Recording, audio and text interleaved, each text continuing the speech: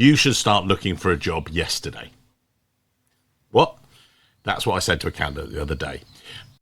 She basically asked me, she said, Mike, I need some advice. I'm thinking about maybe transitioning roles, maybe moving cities later on this year. When should I start looking for a new role? Yesterday, I said. Maybe today, but you should have already started a search.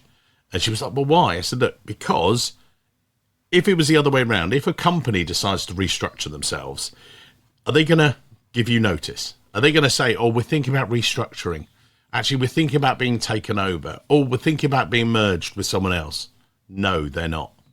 Now, it doesn't mean to say, and she was worried, she said, does that mean I'm disloyal? I went, no, quite the opposite. It just means that you're proactive. Doesn't mean that to say that you're going to leave your role, just means you're aware of other roles. Oh, okay, so you got it then. I was saying, look, I'll give it a good friend of mine, and here's a great example, horrible example. Yeah, horrible example, let's specify. Look, a good friend of mine has just been through this, and this is a horrible example, but it's true. What was meant to be a merger turned into a takeover with another company. Overnight, the whole team were told the company is going to move. And they thought, okay, that's fine. We can move. We can up sticks and move. Oh, you're not coming with us. What?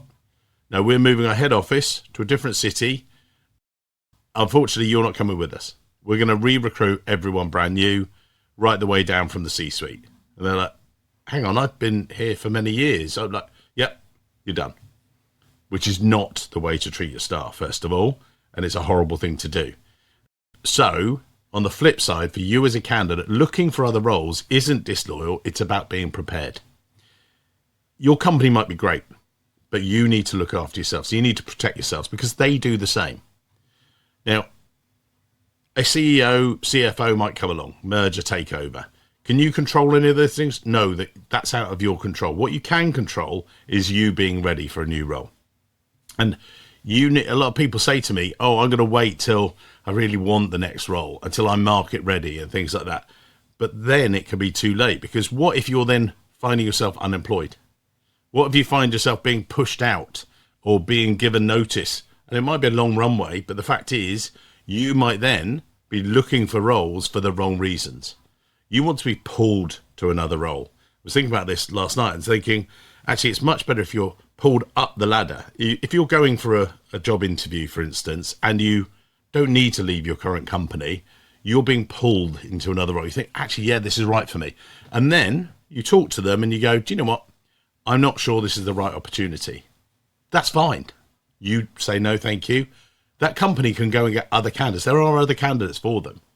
You can make the choice. However, if you're being pushed and you're in the situation where thinking, hang on, I need a job, I need to pay the bills, you might take that next role for the wrong reasons. You might think, hang on, yeah, I need to pay the bills. I'm going to take that role and find yourself in a bad situation that you might have to get out of in another few months. So it's always better to be looking. So what did I say to this lady?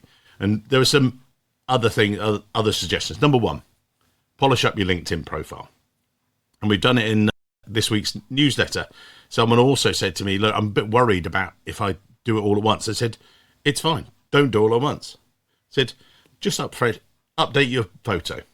Give it a wallpaper. But before you do that, you go into your settings, switch off updates, and it doesn't tell all your network. So switch them off. Just gently, over the next couple of weeks, make some changes.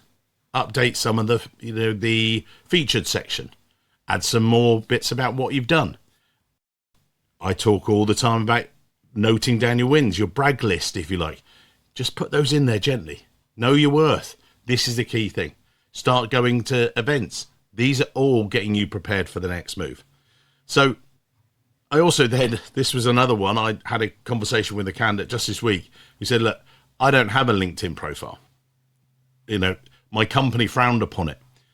And he said, do you think I should have one? I went, yes, I think you do, because you need to look after yourself, not your company. Even if you're not looking, roles will come looking for you. You've heard me say this a number of times. HR or other recruiters, not specialist recruiters like us, they do sometimes get given Treasury roles. And they're like, what's Treasury? TR, yeah. Some of them can barely spell it. But the fact is, they will do a search and they might come up with you. And I said, what if the job comes to you? Oh, yeah, that's a great idea. I said, yeah, exactly. Just get yourself out there. Second bit of the newsletter was about the salary survey. And I did a podcast myself, a solo podcast. I haven't done one of these in years, actually. This was me talking about our salary survey. Some of the key things I talked about. So, first of all, our salary survey started back in 2003. It's now grown. When I did it then, I think about 500 people. Well, no, probably less. Now it's 1,600 people globally. And it's split equally between the US, the UK and Europe. So right the way across, and we benchmark at all levels, from Treasury Analyst to Global Treasurer. Other surveys make it up. Yep, you couldn't believe it. If you actually asked them, said, how do you get this data? Show us your data sources. They wouldn't tell you because they're liars. And it drives me mad. Anyway, let's get off that high horse. Yeah, and I know this. Sorry, I know I'm going to get back on the high horse. Just climbing back on. There you go. I know because I was asked about a salary survey that I was always impressed with when I looked at this company that I used to work for. And they said to me, right, Treasury Analyst, what's the lowest salary of a Treasury Analyst on the database? What's the highest? What do you think the average is? And I was like, boom, boom, boom. And they put that in the survey and said that was it. Ours is real. We actually survey different groups, crazy numbers, amazing people. Thank you for all taking part. So what are some of the other stats? Analyst roles, Treasury analyst roles in the UK are rising. They've actually taken a big rise since our January survey, run it 6 monthly, by the way. And any of our data, I was asked someone by one of the associations the other day, they said, how often do you run it? I went, all the time. So what? I said, what? No, I said, we take a snapshot twice a year in the January and in the July. So we snapshot, show you, share the figures with you so you get an accurate view of where you are in the marketplace. Fantastic. But anyone that's 6 months old, their data is, we get them to update it. So we're constantly refreshing the data. That brings me to one of my clients I was talking to this week. They said, Mike, we want a treasury analyst. I went, fantastic. What kind of treasury analyst do you want? They said, what? I said, we want a top treasury analyst. We want a really good one. I was like, fantastic. How much do you want to pay? We want to pay £45,000. Okay. And do you want a car allowance? No car allowance at the treasury analyst level. I said, so you want a below average treasury analyst? No, we want a really top treasury analyst, please. I'm sorry, I can't do that for you. Well, why? I said, well, because we've benchmarked 87 treasury analysts and dealers across the UK. And their salary ranges right the way across, and I gave them some of the salary ranges. The average salary is £54,493, and you want to pay 45, and you don't want to give a car allowance because the average car allowance is 5,600. And they were like, oh, okay. I said, if you want an above average treasury analyst, we'll at least need to pay the average treasury analyst salary, because you're going to get someone, and in fact they're looking for someone to go in senior treasury analyst to treasury manager maybe in the future. Average of 136 treasury managers, £83,443. Thank you very much. Yeah, that's real data, people. Yes. So anyway, sorry, stop shouting. Basically, that's what we're able to benchmark. When someone says to me, and it gives us power, because they say, so out of 87, I said, if you've taken a queue of those people, you're looking at the midpoint. So actually, if you want to get someone up to the average, and yeah, you can get more junior treasury analysts, that's fine. And they're going to be in this bit. But I said, look, you're also going to want to give them a pay rise. So if we're recruiting someone at 45, they're currently going to be on 40 odd. And they were like, oh yeah. I said, so you go right to the bottom quarter to get someone like this. You're going to need to train them a lot.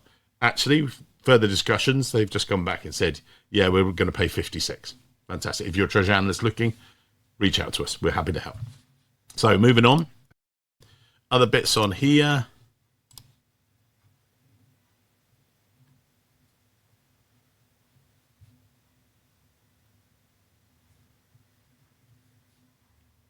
And then one of my rivals, I saw their survey, and their survey says the most important reason people change jobs, it's because of salary. They are liars. Yes, they are. Because it's not. The number one reason people leave, it's about career progression. There you go. Salary is in the list, but actually it's not. It's further down. It's about fourth, I think, now. Salary, so it's career progression, management, i.e. you. Are you a good manager? Are they enjoying it? And then their work-life balance, typically. Then it's about salary, and then the other reason. We know this because we survey 1,600 people. So if you want the full insights, feel free to access them. You go to treasurysalary.com. That's great. You get the January results, but you want the up-to-date results. No problem. Take part in the survey. It takes 2 minutes, start to finish, if you've never done it before. If you've done it before, you just update it 30 seconds. So 30 seconds we ask you every 6 months, so 1 minute, and that gives you 2 free surveys per year that benchmark your salary against the entire. We also then look at ranges, we do everything else. 1,600 other Treasury professionals there, because we're over 1,600 actually. So if you want to do it, do it. So when's the best time to start looking for a job? Yesterday. If you want to benchmark your salary, listen to the podcast maybe, join the survey. If you're thinking, I should have started a job search yesterday, start searching today, reach out to me, we can help you. Drop me a line, mike@treasuryrecruitment.com. That's what we're here to do and help you. Thanks very much. Thanks. And on to next week.